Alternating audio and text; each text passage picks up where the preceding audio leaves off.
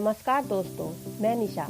आज आपको हिंदुओं के पवित्र ग्रंथ रामचरितमानस के लिखने वाले महान कवि तुलसीदास जी की जीवन गाथा सुनाने जा रही हूँ। और मेरी ये वीडियो जिसे भी पसंद आए वह वीडियो को लाइक, शेयर और चैनल को सब्सक्राइब अवश्य करें। सियापति रामचंद्र की जय।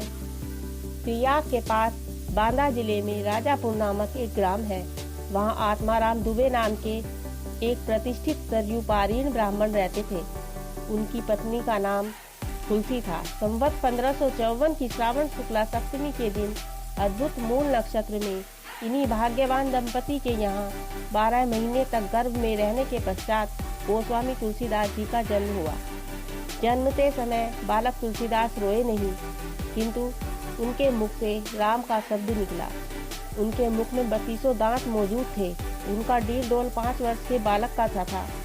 इस प्रकार के अद्भुत बालक को देख पिता अमंगल की शंका से भयभीत हो गए और उसके संबंध में कई प्रकार की कल्पनाएं करने लगे। माता हुलसी को यह देखकर बड़ी चिंता हुई। उन्होंने बालक के अनिष्ट की आशंका से 10वीं की रात को नवजात शिशु को अपनी दासी के साथ उसके ससुराल भेज दिया और दूसरे दिन स्वयं इस संसार से चल बसी। दासी ने, जिसका नाम चुनिया था, बड़े प्रेम से बालक का पालन पोषण किया। जब तुलसीदास लगभग 5.5 वर्ष के हुए, चुनिया का भी देहांत हो गया। अब तो बालक अनाथ हो गया। वह द्वार द्वार भटकने लगा।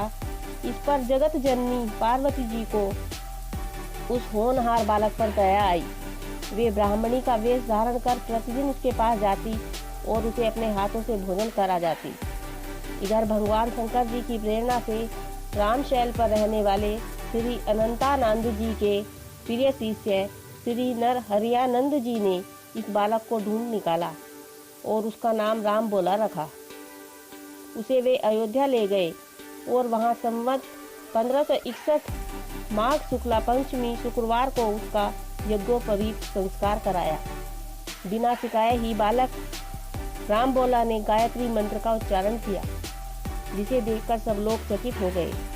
इसके बाद नरहरि स्वामी ने वैष्णवों के 5 संस्कार करके राम बोला को राम मंत्र की दीक्षा दी और अयोध्या में ही रहकर उन्हें विद्याध्ययन कराने लगे। बालक राम बोला की बुद्धि बड़ी प्रखर थी।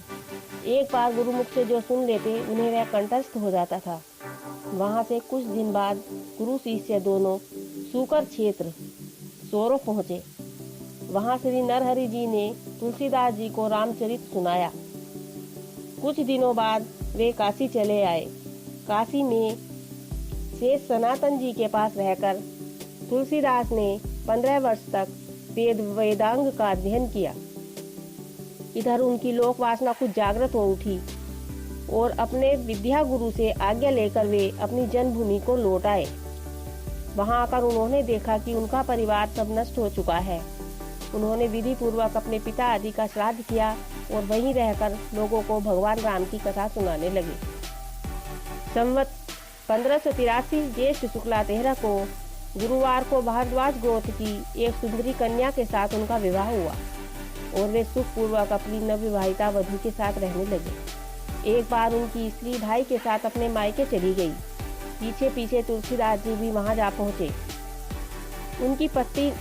उनकी पत्नी ने इस पर उन्हें बहुत धिक्कारा और कहा कि मेरे इस हाड़ मांस के शरीर में जितनी तुम्हारी आसक्ति है, उससे आदि भी यदि भगवान में होती तो तुम्हारा बेड़ा पार हो गया होता। तुलसीदास जी को ये शब्द लग गए। वे एक क्षण भी नहीं रुके, तुरंत वहां से चल दिए। वहां से चलकर तुलसीदास जी प्रयाग आए। वहां उन्होंने गृहस्थ वेश का परित्याग कर साधु वेश ग्रहण किया। फिर तीर्थाटन करते हुए काशी पहुंचे। मानसरोवर के पास उन्हें काकभुसुंडी जी के दर्शन हुए। काशी में तुलसीदास जी राम कथा कहने लगे। वहां उन्हें एक दिन एक प्रेत मिला, जिसने उन्हें हनुमान जी का पता बतलाया। हनुमान जी से मिलकर तुलसीदास जी ने श्री रघुनाथ जी का दर्शन कराने की प्रार्थना की। हनुमान जी ने कहा, तुम्हें चित्रकूट में रघुनाथ जी के दर्शन होंगे। इस पर तुलसीदास जी चित्रकूट की ओर चल पड़े। चित्रकूट पहुंचकर राम घाट पर उन्होंने अपना आसन जमाया। एक दिन वे प्रदक्षिणा करने निकले थे। मार्ग में उन्हें श्री राम के दर्शन हुए। उन्होंने देखा कि 2 बड़े ही सुंदर राजकुमार घोड़ों पर सवार होकर धनुष बाण लिए जा रहे हैं। तुलसीदास जी उन्हें देखकर मुग्ध हो गए, परंतु उन्हें पहचान न सके। पीछे से हनुमान जी ने आकर उन्हें सारा भेद बतलाया तो वे बड़ा पश्चाताप करने लगे। हनुमान जी ने उन्हें सांत्वना दी और कहा, प्रातः काल फिर दर्शन होंगे। संवत 1607 की मौनी अमावस्या बुधवार के दिन उनके सामने भगवान श्री राम पुनः प्रकट हुए। उन्होंने बालक रूप में तुलसीदास जी से कहा, बाबा हमें चंदन दो। हनुमान जी ने सोचा वे इस बार भी धोखा न खा जाएं, इसलिए उन्होंने तोते का रूप धारण करके यह दोहा कहा। चित्रकूट के घाट पर भई संतन की भीड़, तुलसीदास चंदन घिसे तिलक दे रघुवीर।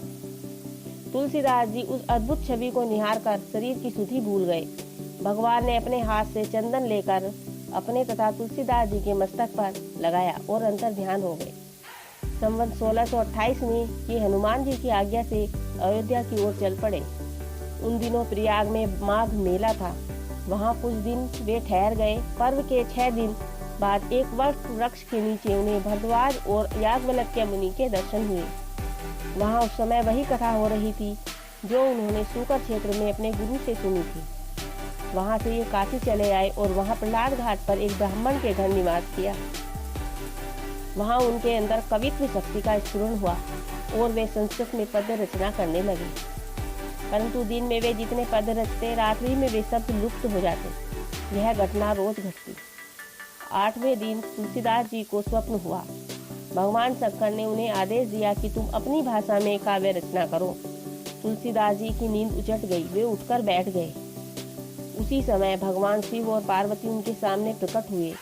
तुलसीदास जी ने उन्हें साष्टांग प्रणाम किया। शिव जी ने कहा, तुम अयोध्या में जाकर रहो और हिंदी में काव्य रचना करो। मेरे आशीर्वाद से तुम्हारी कविता सामदेव के समान फलवती होगी। इतना कहकर गौरी शंकर अंतर ध्यान हो गए। तुलसीदास जी उनकी आज्ञा स्वीकार कर काशी से अयोध्या चले आए। संवत 1631 का प्रारंभ हुआ। उस साल रामनवमी के दिन प्राय वैसा ही योग था जैसे त्रेता युग में राम जन्म के दिन था। उस दिन प्रातः काल तुलसीदास जी ने रामचरितमानस की रचना प्रारंभ की। 2 वर्ष 7 महीने 26 दिन में ग्रंथ की समाप्ति हुई।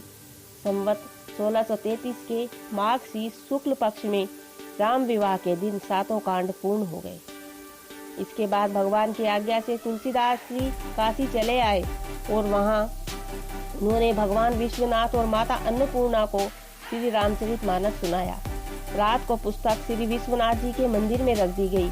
सवेरे जब पट खोला तो उस पर लिखा हुआ पाया गया, सत्यम शिवम सुंदरम, और नीचे भगवान शंकर की सही थी। उस समय उपस्थित लोगों ने सत्यम शिवम सुंदरम की आवाज भी कानों से सुनी। इधर पंडितों ने जब यह बात सुनी तो उनके मन में ईर्ष्या उत्पन्न हुई। वे दल बांधकर तुलसीदास जी की निंदा करने लगे और उस पुस्तक को भी नष्ट कर देने का प्रयत्न करने लगे। उन्होंने पुस्तक चुराने के लिए 2 चोर भेजे। चोरों ने जाकर देखा कि तुलसीदास जी की कुटी के आसपास 2 वीर धनुष बाण लेकर पहरा दे रहे हैं। वे बड़े ही सुंदर श्याम और गौड़ वर्ण के थे। उनके दर्शन से चोरों की बुद्धि शुद्ध हो गई। उन्होंने उसी समय से चोरी करना छोड़ दिया और भजन में लग गए। तुलसीदास जी ने अपने लिए भगवान को कष्ट हुआ जान कुटी का सारा सामान लुटा दिया। पुस्तक अपने मित्र टोडरमल के यहाँ रख दी। इसके बाद उन्होंने एक दूसरी प्रति लिखी। उसी के आधार पर दूसरी प्रतिलिपियां तैयार की जाने लगी। पुस्तक का प्रचार दिनों दिन बढ़ने लगा। इधर पंडितों ने और कोई उपाय न देख श्री मधुसूदन सरस्वती जी को उस पुस्तक को देखने की प्रेरणा की। श्री मधुसूदन सरस्वती जी ने उसे देखकर बड़ी प्रसन्नता प्रकट की और उस पर यह सम्मति लिख दी। आनंद काने अस्मिन् जग मस्तु तुलसी तरु कविता मंजरी भाति राम भ्रमर भूषिता। इस काशी रूपी आनंद वन में तुलसीदास चलता फिरता तुलसी का पौधा है। उसकी कविता मंजरी बड़ी ही सुंदर है, जिस पर श्री राम रूपी भोरा सदा मंडराया करता है। पंडितों को इस पर भी संतोष नहीं हुआ। तब पुस्तक की परीक्षा का एक उपाय और सोचा गया। भगवान विश्वनाथ के सामने सबसे ऊपर वेद, उनके नीचे शास्त्र, शास्त्रों के नीचे पुराण और सबके नीचे रामचरितमानस रख दिया गया। मंदिर बंद कर दिया गया। प्रातः काल जब मंदिर खोला गया तो लोगों ने देखा कि श्री रामचरितमानस वेदों के ऊपर रखा हुआ है। अब तो पंडित लोग बड़े लज्जित हुए। उन्होंने तुलसीदास जी से क्षमा मांगी और भक्ति से उनका चरणोदक लिया। तुलसीदास जी अब 80 घाट पर रहने लगे। रात को एक दिन कलयुग मूर्त रूप धारण कर उनके पास आया और उन्हें त्रास देने लगा। गोस्वामी जी ने हनुमान जी का ध्यान दिया। हनुमान जी ने उन्हें विनय के पद रचने को कहा। इस पर गोस्वामी जी ने विनय पत्रिका लिखी और भगवान के चरणों में उसे समर्पित कर दिया। श्री राम ने उस पर अपने हस्ताक्षर कर दिए और तुलसीदास जी को निर्भय कर दिया।